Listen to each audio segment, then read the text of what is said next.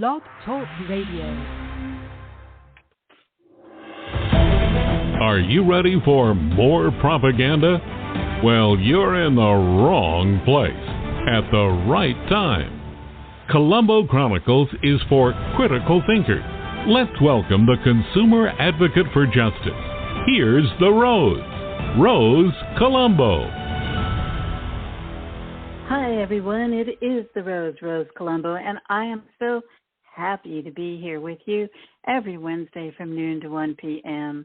You are a life source to listen to true stories and stories of human interest, as well as sometimes we have politics and crime and mafia and all kinds of juicy stories.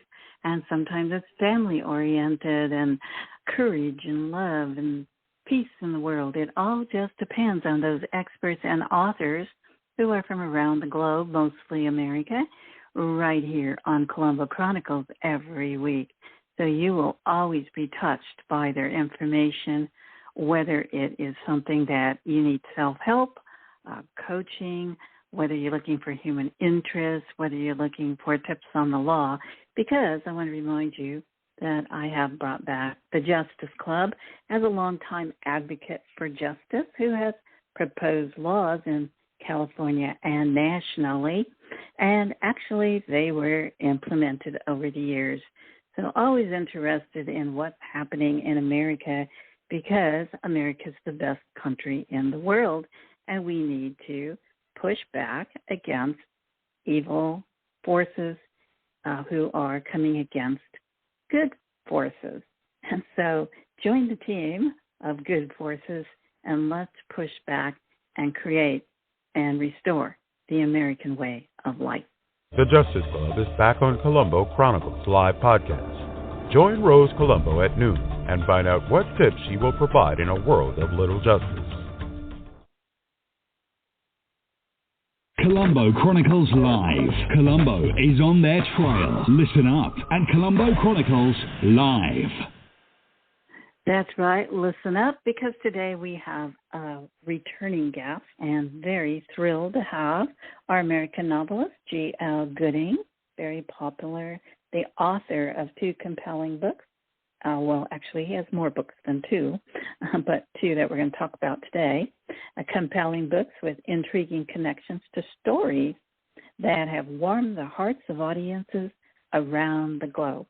And I'll tell you a little bit more about him in just a moment, and right after this important message, because I, too, am an award-winning author who has written a book entitled Obamasaurus. And Obamasaurus is a political satire, and it is an Orwellian fictional adventure story on how the Judeo-Christian dinosaur nation was depopulated, or was it made extinct? And will Professor Noah, who has been chosen by the masters, the anonymous masters behind the curtain, is informed by a mystical sage that he will be taking going on a mission into the remote jungles of Africa, where there is an old wives' tale about Obamasaurus still roaming through that particular area, that the natives fear going into that particular area, and he is to look for an unseen magical cave that holds the tablets left behind with a message for humanity today. But time is of the essence. Will Noah succeed in time to save humanity? Obamasaurus, the new book by Rose M. Colombo, is an updated version of a political satire that reflects the political roadmap of today's world, written with an Orwellian twist. Will humanity survive or suffer depopulation or extinction? Obamasaurus by Rose M. Colombo, available at Amazon.com. That's right, and it is not just a book. It is a message for you and for the world. Colombo Chronicles Live. Colombo is on their trail. Listen up at Colombo Chronicles Live. So now listen up, because we are going to enter into the wonderful world of authors and experts. And again, if you were just tuned in, we have a popular American novelist, G. Al Gooding, returning on Colombo Chronicles, and his books are very compelling and of human interest. And his reviews have met with glowing reviews by the industry, especially Fresh Snow on Bedford Falls.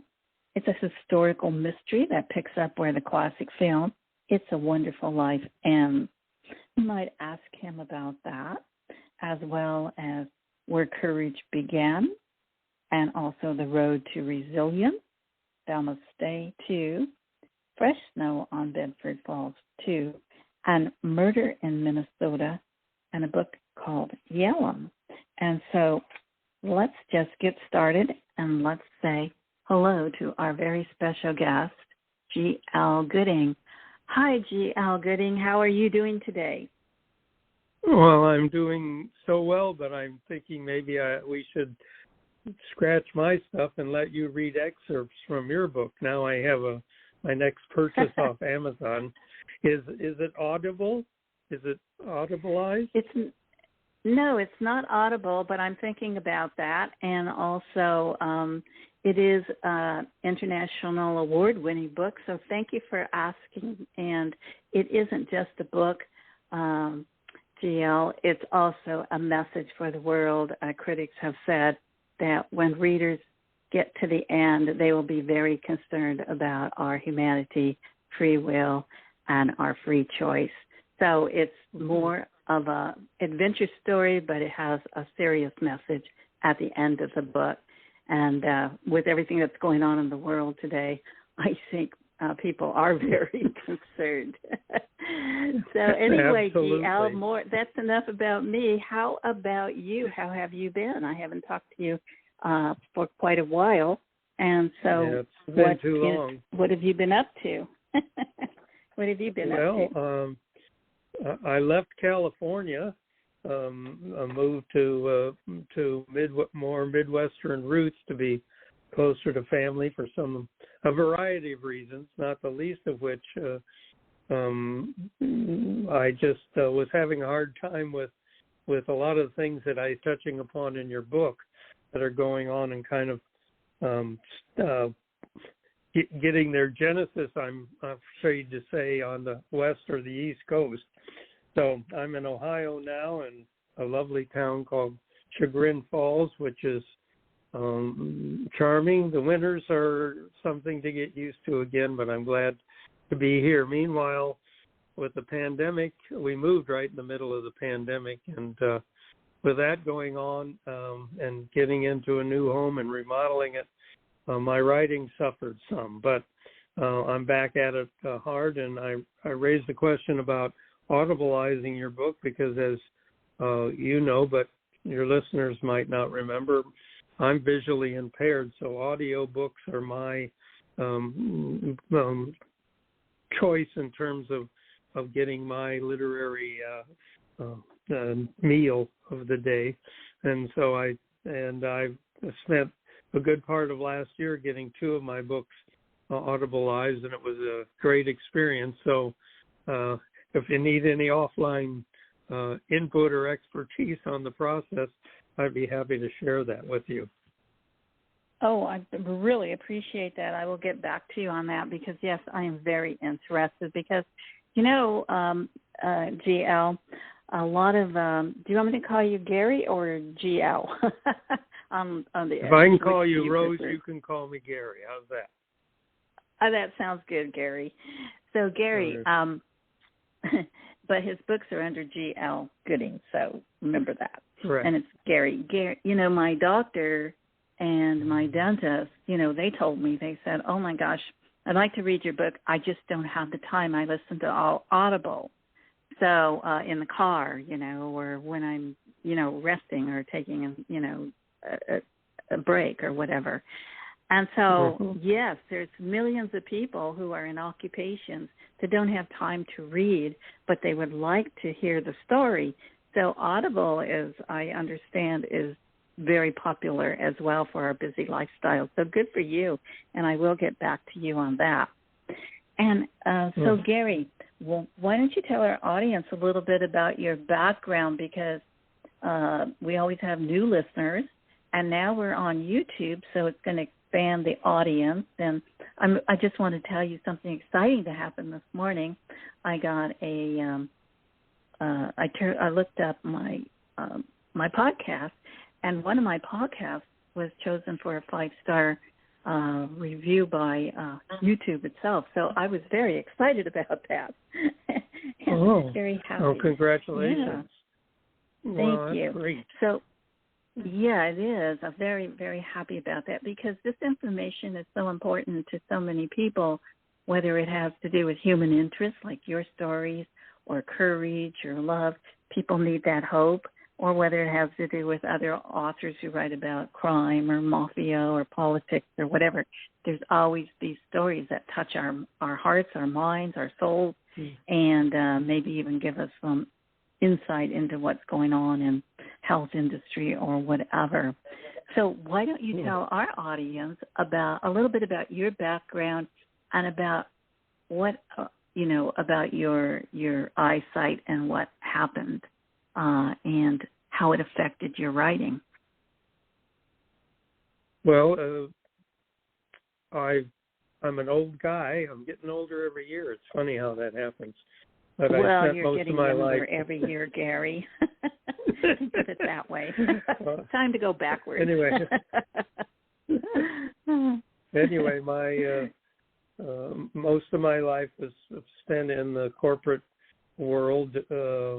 Did a lot of writing on a casual basis prior to retiring, and because of eyesight issues that were preventing me from doing the traveling and whatnot that was necessary for the job. But it opened the opportunity to do what I really love to do, and that was write. I've spent my whole life doing writing, creative writing, from plays to poetry to short stories for my children to my grandkids now, and I always enjoyed the creative process around writing that I couldn't get in the corporate world, because you're really writing within a structure that doesn't lend itself to imagination and fantasy, though one might argue that these days. Anyway, so when I got out of that rat race, I told my mother that I was finally going to write the book that I'd always said I would write, and I started writing Fresh Snow on Bedford Falls.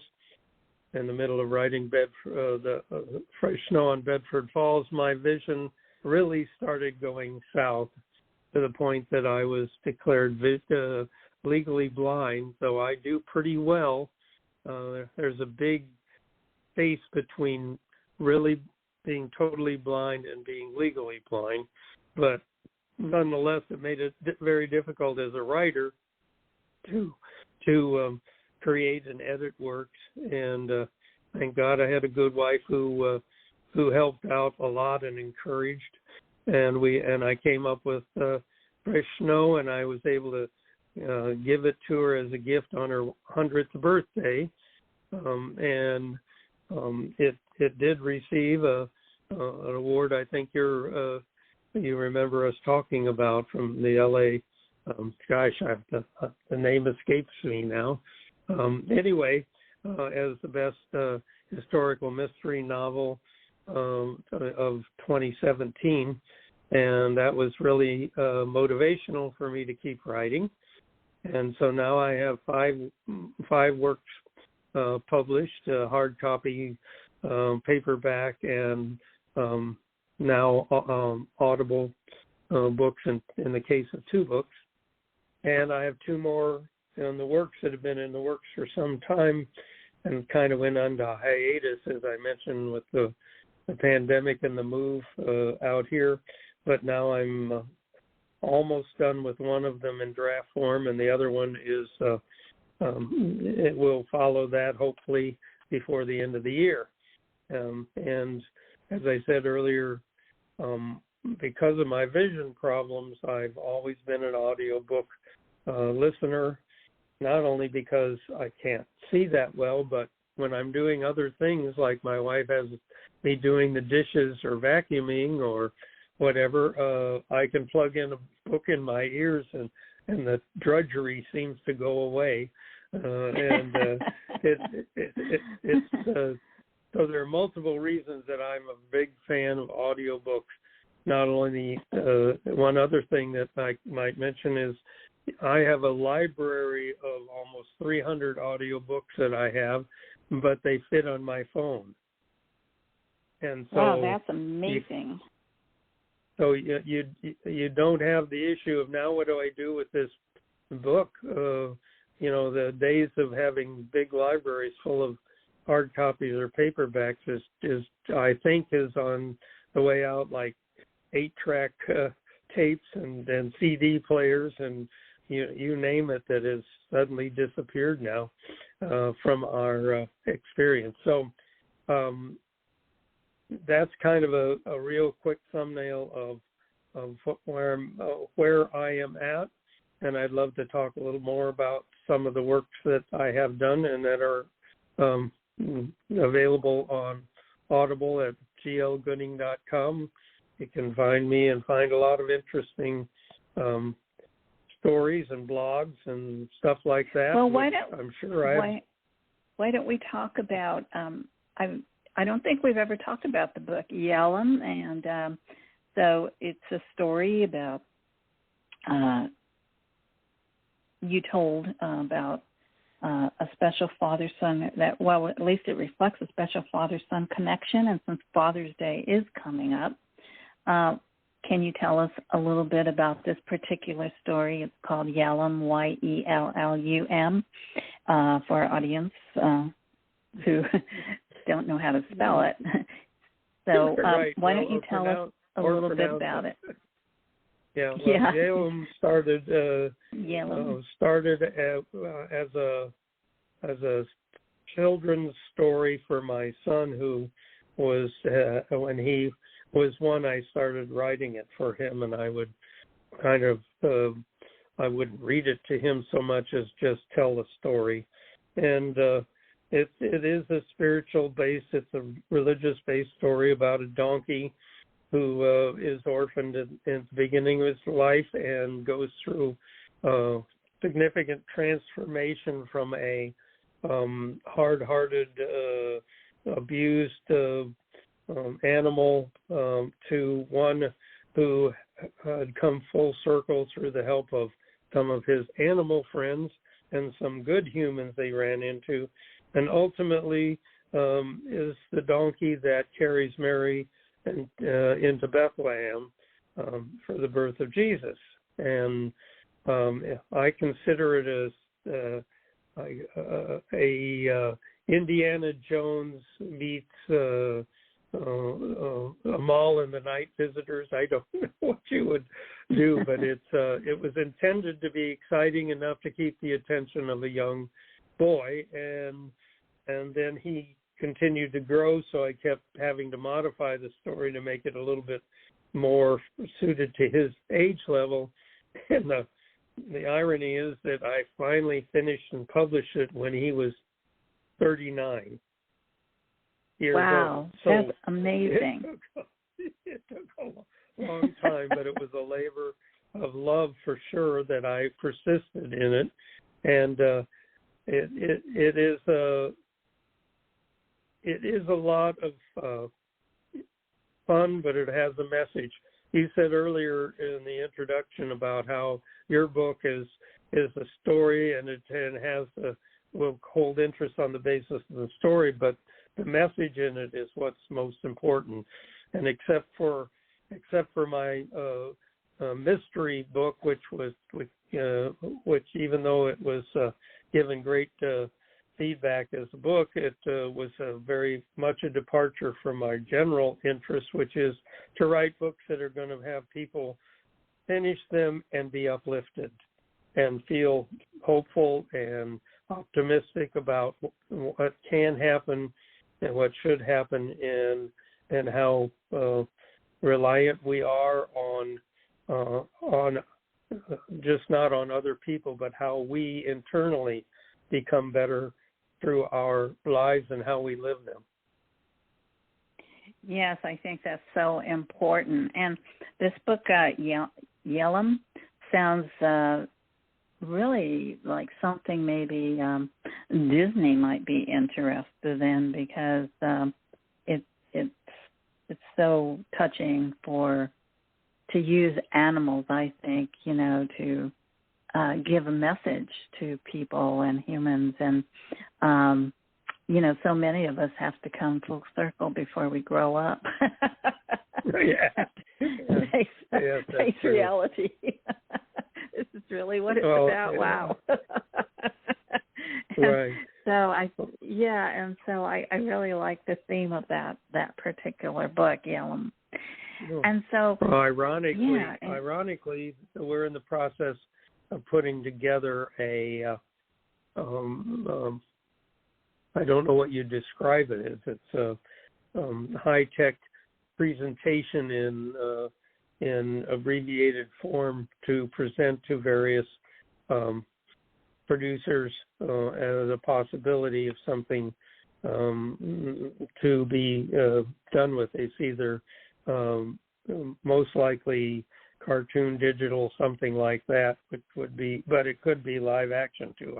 I don't know, but we are in the process, and within the next month we'll have that. And if you'd like, I'll send it on so you'll see what we're doing with that as a effort to market the idea, because I agree with you.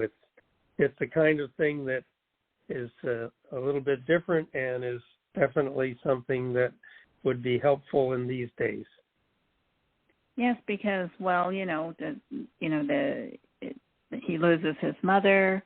That affects people, affects everybody. Right. And then this orphan beast, you say, of a burden is soon seized by ruthless bandits, which is more excitement to find out what happened there.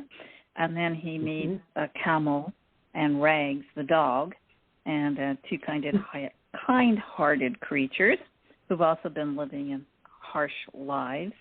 And so for the first time, you say, the donkey experiences the power of true friendship and unconditional love. And I really caught that, because people are talking more about true love, unconditional love, because we actually have lost that. Those two words somewhere along the way. You can see in our political arena on television, everybody's bashing everybody.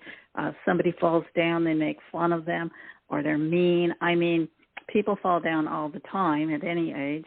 Even when you're a baby, you're falling down all the time. Yeah. And so, I don't think that we lost. I think, that you bring that up, unconditional love and true love between your mom and your dad when they met in another book, that I think that's the key to having a good life, basically. Yeah, there's a lot more to be said for the life you have when you have an open heart, an open mind, and are generous with yourself more than expecting others to be generous with you. Yeah, I mean, give, and give from the heart, not because you're expecting something back, but give from the heart because that's something you want to do and not have to do. That's the blessing of that, because karma always comes back, whether it's good or bad. Right. It's coming. That's right. It may not happen today, but it's coming. And that's right. So, if you want to grab a glass of water or something, go ahead, or a cup of coffee, because I'm going to take a little break, but I want to talk about the road to resilience when we come back. Is that okay with you? We talk about that particular book. Thank you, Rose. All right. You're welcome. Be back in just a moment. Howdy, folks. Just stopped in by my favorite restaurant, the Horseshoe Cafe. I highly recommend the home-cooked hot meals and piping hot coffee. In fact, It reminds me of my mom's home cooking when I was growing up. The customer service is excellent. Be sure to save room for the world's best desserts. Make sure you try a slice of fresh homemade pie. The Horseshoe Cafe is located at 154 East 4th Street in the heart of Benson, Arizona. The Horseshoe Cafe is right outside of Tombstone, Sierra Vista, and Tucson. Sometimes Patty and Mike stop by to welcome you. The staff at the Horseshoe Cafe looks forward to seeing you. Stop by to eat or relax. Cool down in the desert with a cold beer or your favorite cocktail. That's the Horseshoe Cafe. Oh, and don't tell anyone I told you, but some people think it's haunted. One thing is for sure. Be sure to bring your appetite. The Justice Club is back on Colombo Chronicles live podcast. Join Rose Colombo at noon and find out what tips she will provide in a world of little justice. Colombo Chronicles Live. Colombo is on their trail. Listen up at Colombo Chronicles Live. Listen up, because this is the Rose Colombo, right here for you. And we're here for you because you're never alone when you tune into Colombo Chronicles. You know, remember, injustices can happen to you and they can happen to me. And by the way, they have. But together we can make a positive difference. Remember that you are never alone when you tune in to Colombo Chronicles Live and listen to our very special guest. And today on the World of Authors and Experts, we have a very special guest, and it is American novelist G.L. Gooding, and he's the author of very compelling books that touch your heart, family, and everybody's human interest in the family and how we all survive, whether it's some good or very good or whatever level it's on. Somehow we all make it through it. Hopefully it's good. And whatever it is, we always learn anyway, and we can always help other people when we take it as a lesson and we take that information and make something good out of it so we can be helpful to other people. And that's what it's all about, helping hand to other people, listening to other people. Even if you find it boring, be compassionate, be kind, and listen. And maybe you can make them smile. Be lighthearted and try to make people smile when they, are unhappy, especially kids. A lot of kids are unhappy, and we've all been there.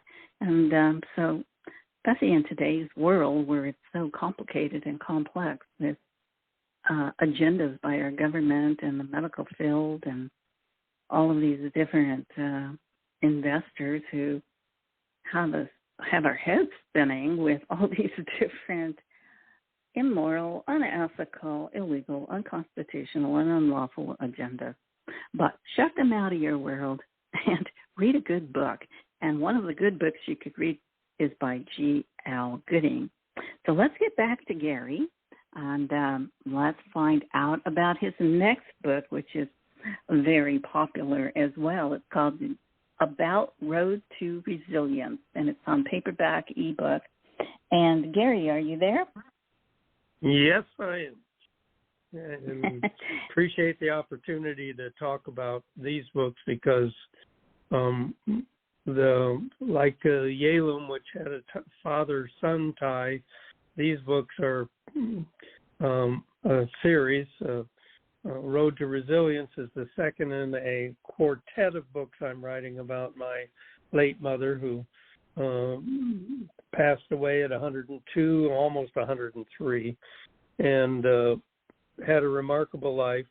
And in the preface of the first book, Where Courage Began, I speak to the fact that I wrote the book about my mother, not because she was absolutely unique, but the very fact that she wasn't unique, that she was among a generation that lived through things that I'm afraid to say today's generation would melt and like the witch and the Wizard of Oz and disappear. I can't imagine them coping with the level of challenges that my mother's generation covered. In the first book covers the start of her life and her being orphaned, or not orphaned, but losing her father, who was 32 years old when he died, and leaving a widow with 4 kids under the age of 7 to be raised by her, and the story of their survival during the first 10 years of her life.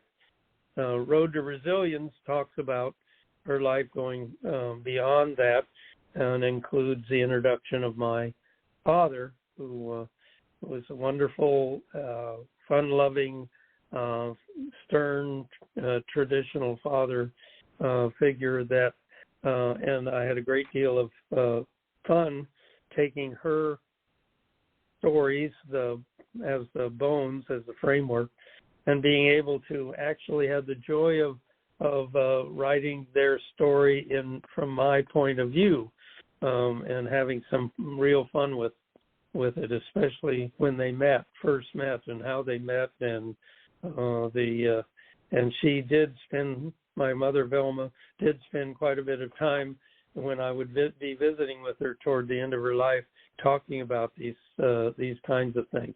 My mother was. Well, I think it's really fantastic that you have written about your parents, but you mentioned that it was back like in the 20s and 30s, which is a very intriguing time to me. When I see the photos of people back in the 20s and 30s, and then the Great Depression.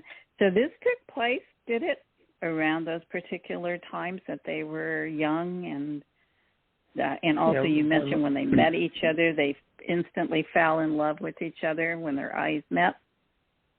Yeah, especially, which was interesting because she was engaged at the time to somebody else, so that added some intrigue. Now, she was born in 1916, right in the middle of World War I, and went through the Spanish flu cycle and obviously the Depression, which when I started writing the book, I had no idea that the Depression in the farm community started 10 years before the crash in 1929. They were already in a depressed state from the before 1920, because they'd overextended in land holdings to grow food for the war effort.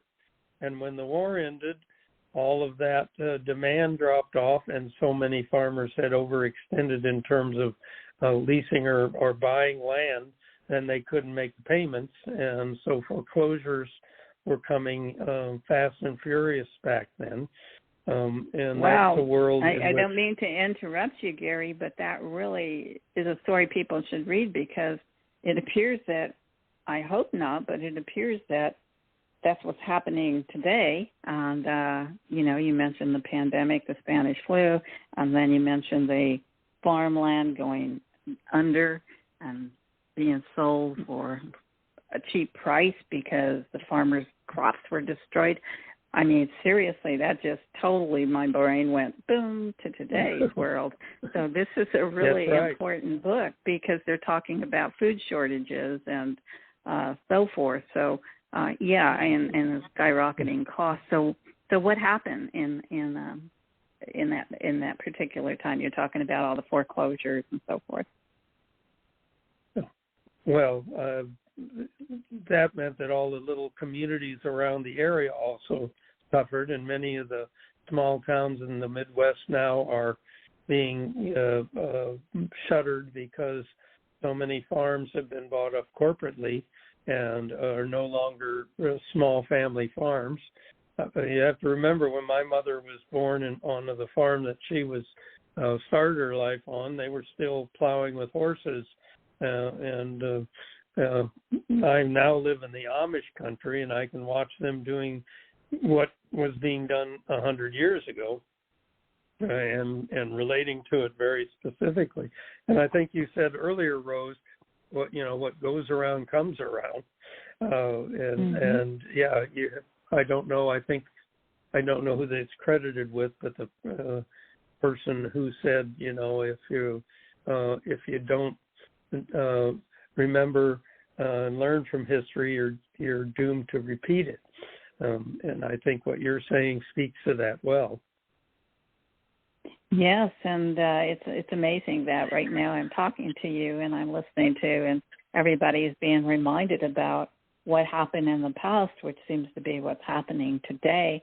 And sometimes you have to remember, I did a lot of research, not to take away from your book here, but I did a lot of research on that pandemic and everything that was going on and wrote a lot of blogs about it, and learned a lot before anybody else even spoke out. Even the doctors that all confirmed what I wrote was true. And because I really did a lot of research, Gary.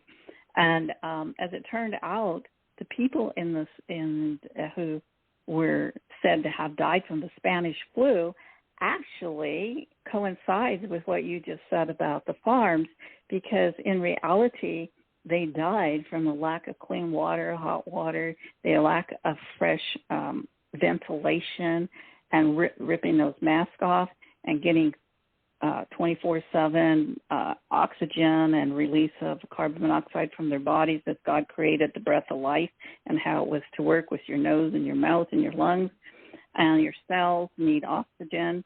And they actually died, more of them died from TB, pneumonia, and from most of them, 60%, were impoverished and died from malnutrition because the farms were, like you said, they were not operable anymore. The crops died, there was famine, and 60% of the population was indigent, and most people were actually dying from malnutrition. Mm-hmm. So isn't that interesting? Yes, it is. It's when you talk about all of the efforts that were put into the pandemic. For me personally, I did a lot of research on what was going on there. I tracked the CDC's records and did a lot of blog searching and gathering information. And I think we went from a period of time we were just talking about where there was no or little to no understanding and little to no services to address those issues, to a time when we had so much governmental oversight and just in a personal observation, overreach that to create a tremendous, I think the biggest residue from the pandemic is the fear that we all live under these days. And, I grew up with where the adage was the kids should eat a pound of dirt with the food they get because that'll make them healthy. God gave us a body with an immune system that can do an awful lot of things if you don't get in its way. And so it's been a difficult time for the country in so many ways, and unfortunately has tended to pull us apart rather than bring us together. Yes, so I'm really glad you talked about that in your book, because when people read your book about Road to Resilience, they should be reflecting on what happened then in the past and what is happening today, because you mentioned in your book, that it was the Great Depression and the farms were already going under 4 years before the crash happened. And then the crash happened on Wall Street, and people who had a lot of money lost a lot of money and around the country. And yet it also, we have that threat today, too, with the Wall Street gurus telling us about all of that. And so it is very, very it's intriguing that you mentioned all that in your book, because, most people aren't invested in Wall Street.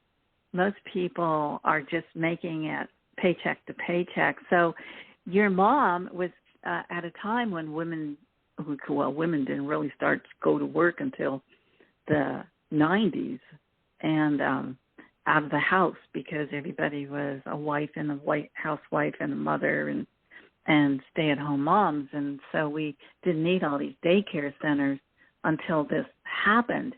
And when divorce got easier, you just had to file and there was no fault. And so, and 6 months later, you're free. but nobody's free in this world, as we know. So your mother had 4 kids, and she was not able to work. The farms were, not prosperous with crops. And so how did she survive? How did these people survive? In my grandmother's case, she moved into a small town, and she was an extremely award-winning baker, and went to county fairs and sold her wares. And she was fortunately taken under the wing of a mercantile operator and a couple there who took sympathy on her with 4 kids and no place to stay. She was booted off her farm by her husband's father, who actually owned the land and leased it to his son. And it was one of those issues around religion. My grandmother was Protestant and my grandfather was Catholic, and both families basically abandoned them, disowned them when they got married. And so when he died, it really pushed things into crisis for Alice and her 4 little kids. My mother and her older sister, at the age of 4 and 5, were already helping in the kitchen to bake goods that would be sold at the mercantile. And then after that, my grandmother took in laundry and cleaned some of the houses for the few well-to-do in the neighborhood, and also sewed all the clothes and got a pretty good sewing business going in the little town. And they were able to eke out a meager existence that way for a good for the next 10 years. And then the Depression did hit, and the little town they were in took a harder hit, and they moved to a bigger town in Iowa near Des Moines. And she put her work to good use there. And by that time, my mother and her sister were old enough that they were carrying, doing their own jobs and carrying their own load. They didn't have a lot of time for socialization and recreation. Yeah. Absolutely. I mean, everybody was so busy working, and families had to pull together, and kids had to go to work early, I suppose, to try and make some money and pull the family earnings together to survive. But isn't it amazing how strong the American people were and during that time? And because today, when you look at everybody counting on corporate America to have a job, and then they're threatening to take your job away with artificial intelligence, and they're also threatening to cause a loss of, I don't know how many jobs due to white-collar crime, due to psychopaths and sociopaths and whatever's happening out there. People today probably can't even imagine what your parents went through and your family, and so many of ours of the past, of course. But right. But this is right from your book, and I think everyone should get a copy of About Road to Resilience and actually open their eyes to how strong Americans were and pulled together to survive those difficult and hard times. And look how they bounced back. America bounced back from that. Is amazing, I think, don't you? Well, I think it is absolutely the greatest part of this country was we had a country founded on individual freedom, individual responsibility, individual opportunity, and then that generation. I don't think anybody in that time had time to be sorry for themselves, to be anything but to work hard. And we have to remember that this is the early 20th century, and the 1800s weren't that kind to people either. So they're evolving, and we've evolved, and we keep evolving and we get a lot of conveniences. We get a lot of things that make our life easier in many ways. But in terms of it's like an athlete who stops exercising, stops doing what they're doing and becoming soft and becoming less able to cope with things that back in the 20s and 30s were commonplace, and people said, I don't have anybody to turn to. I got to rely on myself and my family and my friends. That's why they had big families back then. It was raising your own labor force and providing for your long-term care, because you're going to have a bunch of kids who will, once you become incapable, or will take over and help you to be kind of like the Japanese model, where the older folks are revered and honored. And that's kind of where we were back then, and I'm not sure we're better off now, even though you don't have to remember anything. Your phone will do it for you. Yeah, I think that's really dangerous personally, because your brain needs to be exercised. Your brain needs to be working constantly, figuring things out for yourself and researching and doing all kinds of things, creating, whatever, because that's why God gave us the brain to think. And now they're taking away our thoughts from the children and any adults that fall into that trap. And no longer are kids being taught to write and read and add and subtract and multiply and divide and so forth without a calculator, without a computer. And that, to me, is very dangerous, because if the grid goes down, so does their brains and their jobs. Yep. Because, you need to survive with that knowledge that everyone else grew up with until recently. What do you think? Oh, I agree. The lack of children learning critical thinking, rational thought, questioning things to confirm that they're accurate or not relying on being lazy and relying on somebody in the media just saying that this is what it is, and accepting it, and even in the face of realities, being unwilling or unable now at this point. You're so, I hate to use the word indoctrinated, but so trained in a way of thinking that is counter to what really is necessary now to deal with the world we live in today. Yes, and I think your book is a good analogy or comparison, I should say, to what happened back then and how people lived and how they survived versus today, where people are so worried that there's hoarding food and all this. And in America, we shouldn't even have to be concerned about hoarding food and, in our survival. Other people have ripped off so many people so that they could have, be safe, while ignoring the people they see as bottom feeders, but who really are the people that are working, and the worker bees who do the blue-collar jobs. We even have a shortage of blue-collar workers now because of all the computer gurus now. And, they're going to lose their jobs too. If the robots, the AI robots, can do all the thinking for us, they'll lose their jobs too. So, it's really kind of a scary situation people should think about. But Gary,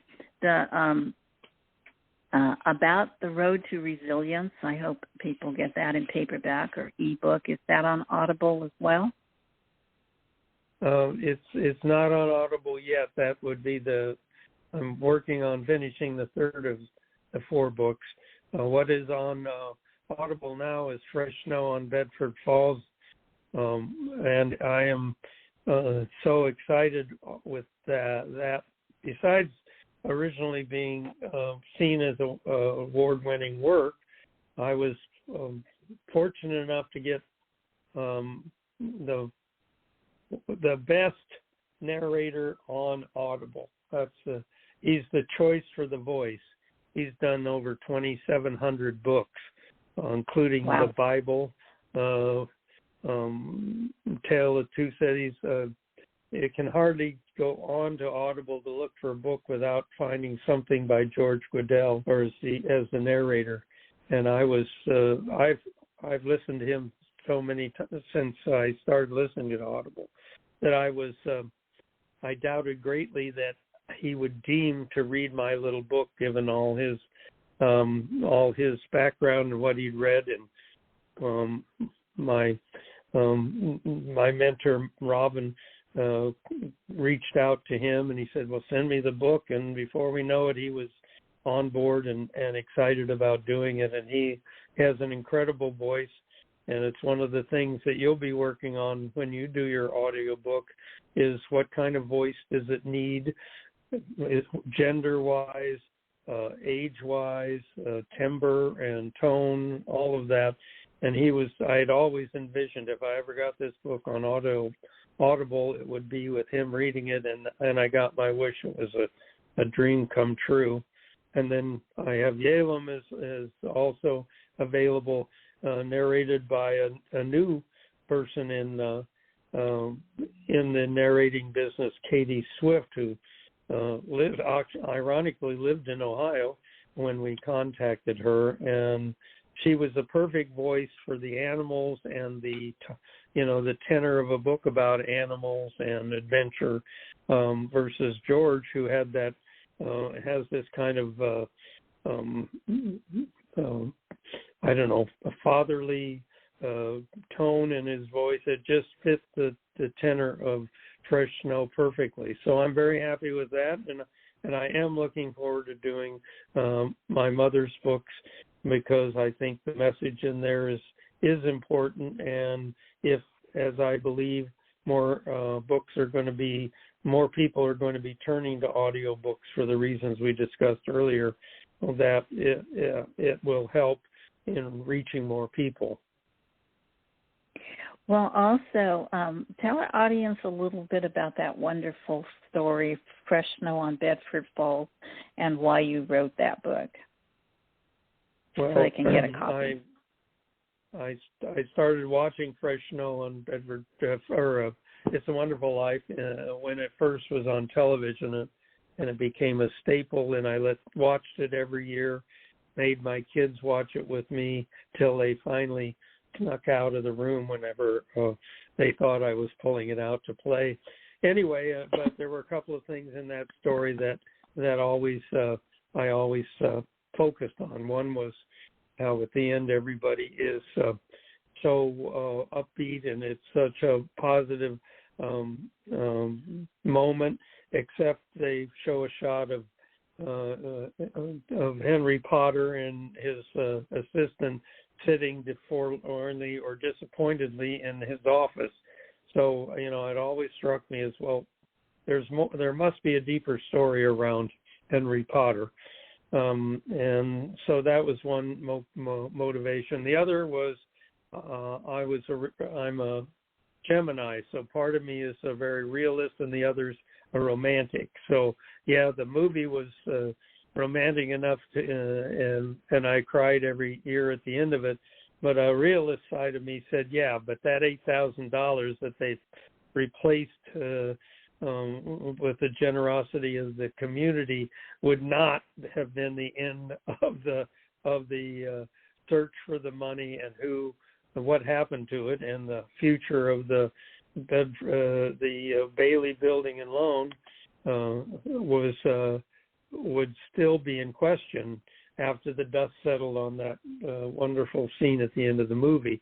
So that was the start of the storyline, and it grew from there. I describe it as like a sculptor having a chunk of stone in front of him. You start chiseling away, and you're not quite sure what you're going to find when you finish. And so there were a lot of twists and turns for me as an author, and gave me a lot of interesting directions to go. And I really enjoyed the finished product.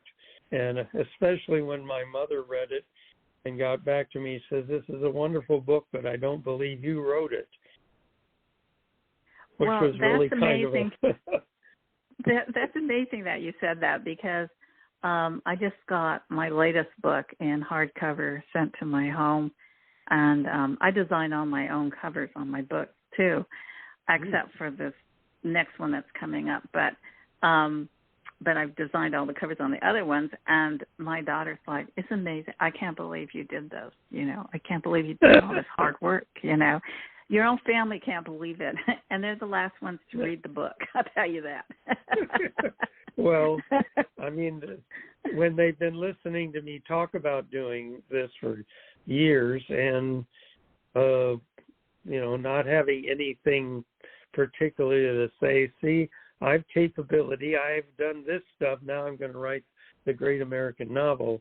So it was understandable that there was a bit of a surprise, but that's okay. She loved it in the end, and that was a special way of when she was soon to depart, and we had a wonderful relationship and a wonderful life together, and it was nice to write a book about a wonderful life.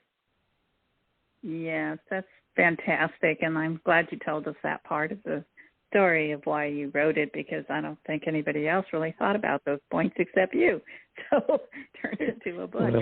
I think that's I think that's a root of a lot of good books, is that people come up with things that people haven't thought about whether they're about existing works or whether there's things going on around them. And so that's why I'm going to go on Amazon and find your book and read a little bit more about what it's about, but I'm probably not going to get it until it's audibleized. So there's your motivation. Okay, and I will be contacting you about that as well. So now is your time to shine, G.L. Gooding, Gary, and you can tell our audience any websites you have, remind them again the names of the books and where they can buy them. Well, I have a website that provides a lot of stuff, including interviews with my narrators, which I think would be interesting for you or others to listen to, because they're very interesting with their experience in the industry. But I have my website's glgooding.com, and then all the books are at either at Lulu, which is the original place for fresh snow, but I would recommend the simplest is to go to Amazon and look under G.L. Gooding, or the titles of my books in the order of writing: Fresh Snow on Bedford Falls, the story of continuing story of It's a Wonderful Life. Yalum, the animal story about the donkey that carries Mary into Bethlehem. Actually, my third book was the mystery, Murder in Minnesota, the first in a series called The Wandering Woody Mysteries. And then the other two books, the first two in my mother's series, called Where Courage Began and Road to Resilience. And soon to come is one called Perseverance. And I have another mystery in the works on the mystery series. So fantastic. Get all of, and two of them are audible, and the others are all paperback or hard copy. Thank you so much, and thank you for joining Colombo Chronicles today. It was very enjoyable and interesting, and we hope everyone goes out and finds you on Amazon. I'm sure they will after hearing this interview. G.Al. Gooding, Gooding, and find him on Amazon and check out his books. Thank you so much, Gary. It was great talking to you. It was good to reconnect, Rose, and I wish you all the success with your book and in your life. Thank you so much. I appreciate that. And I'll be contacting you about Audible. Bye-bye. Okay. Thank you. You're welcome. Have a great day. Bye-bye. You too. G.L. Gooding has left the building, and Rose Colombo will have to leave the building in just a moment. But I want to remind you about Obamasaurus. I also want to, it's political satire. I also want to remind you that there is another book that came out recently, Is America Under Martial Law? I think it'll really raise your awareness to expand your mind and wonder how the government is getting away with open borders, violating our sovereignty, violating our free choice, our free will that is given from God, not by man, and that isn't what we elected them to do by any means, like stop our critical thinking and our thoughts and control our freedom of speech, which is really crazy. And are you going to let them get away with that, America? And then there's Fight Back Legal Abuse that's coming in the fall, version 2 by Regency Publishers. Fight Back Legal Abuse, version 2, How to Protect Yourself Against Injustices and Legal Abuse, self-help book. First version was published in 2010. It was a global, worldwide, award-winning book in magazines and newspapers and Daily Law Journal. It was everywhere. And so you will be able to grab a copy of that around the fall of 2023.